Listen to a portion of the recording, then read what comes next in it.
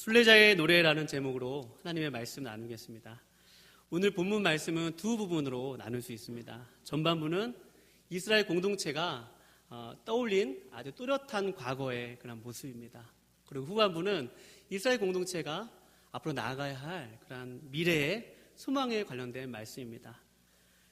오늘 본문에서 시인은 과거의 공동체의 한 사건을 떠올립니다. 그리고 그 순간이 바로 꿈꾸는 것 같았다. 그리고 그 입에는 웃음이 가득했다. 그리고 그 혀에는 찬송이 끊이지 않았다고 오늘 증거하고 있습니다. 그것은 바로 시온의 포로가 하나님의 크신 역사로 말미암아 돌아왔다는 것입니다. 그 시온의 포로가 언제인지는 모르나 정확히 오늘 본문을 통해서 알 수는 없으나 많은 학자들은 바벨론 포로 전후라고 기록하고 있습니다. 이때의 기쁨이 얼마나 컸던지, 이 탄성이 얼마나 컸던지 원어에서는, 우리 본문에서 한글 성경에서는 그것을 그 온도를 알 수 없으나 원어에서는 이것이 거의 탄성, 열광에 가까웠다고 이야기하고 있습니다. 여러분들 기억나십니까? 2002년도에 월드컵 때 한국과 미국의 16강전에서 누가 골을 넣었죠? 안정환 선수가 역전골을 넣었을 때 저는 그때 그 탄성을 잊을 수가 없습니다. 저는 그때 군대에 있었는데요. 밖에 있는 분들의 그 탄성 소리 듣지 못했는데 제 옆에 제가 정말로 싫어하는 고참이 있었어요. 저를 항상 못살게 굴고 저에 대해서 왠지 시기 질투가 많은 고참이 있었는데 안정환이 골을 넣었을 때 제가 어떻게 했는지 아세요? 그 사람과 뽀뽀를 했어요.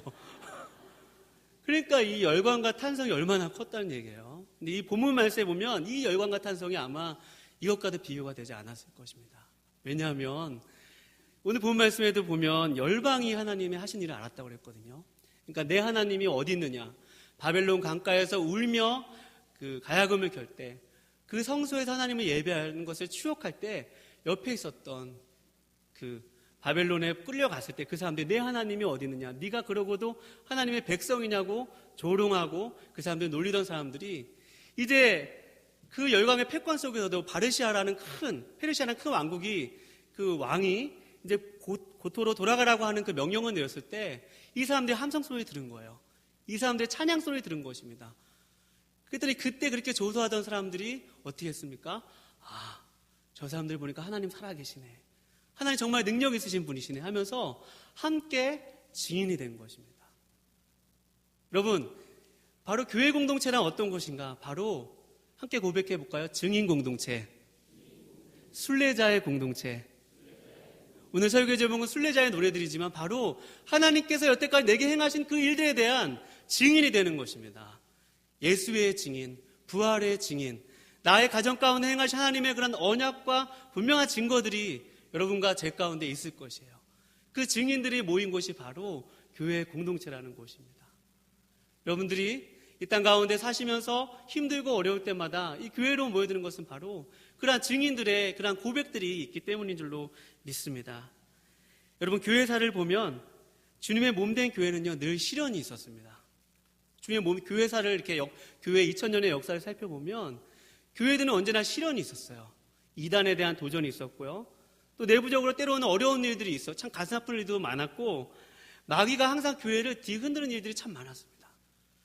그러나 여러분, 우리가 기억해야 될 것은 하나님이 그때마다 주의 교회를 붙드셨다는 것입니다.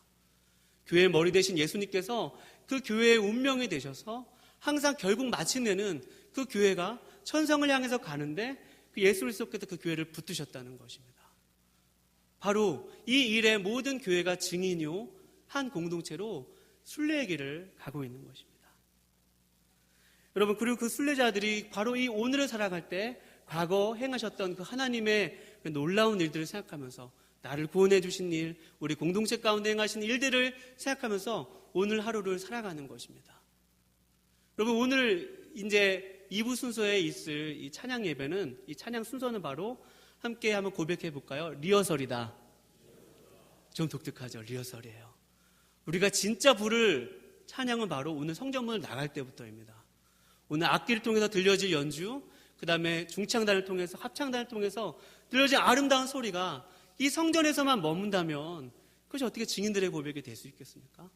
충신교회의 교회로서 이제 흩어져서 세상 가운데 나아가서 우리를 괴롭히는 사람들을 만날 때마다 정직과 부정직을 선택해야 될 문제를 만날 때마다 아름다운 찬양의 목소리를 내시기를 주님의 이름으로 축원드립니다. 그것이 바로 오늘날 우리의 현재죠.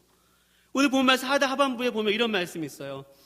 여호와여 우리의 포로를 남방 시내들 같이 돌려보내소서. 4절 말씀에 그런 말씀이 있는데, 남방은요, 이스라엘의 남방은 네게부 사막 지형으로서 평소에는 물이 없는 아주 척박한 땅입니다.